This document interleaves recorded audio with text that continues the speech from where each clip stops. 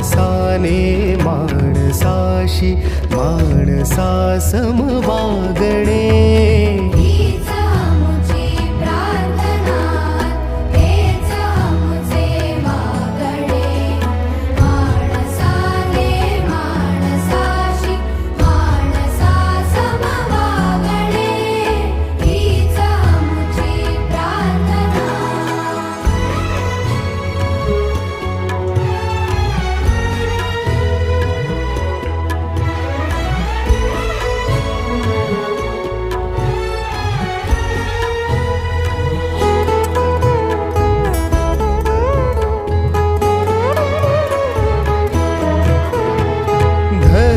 जाती प्रांत भाषा द्वेष सा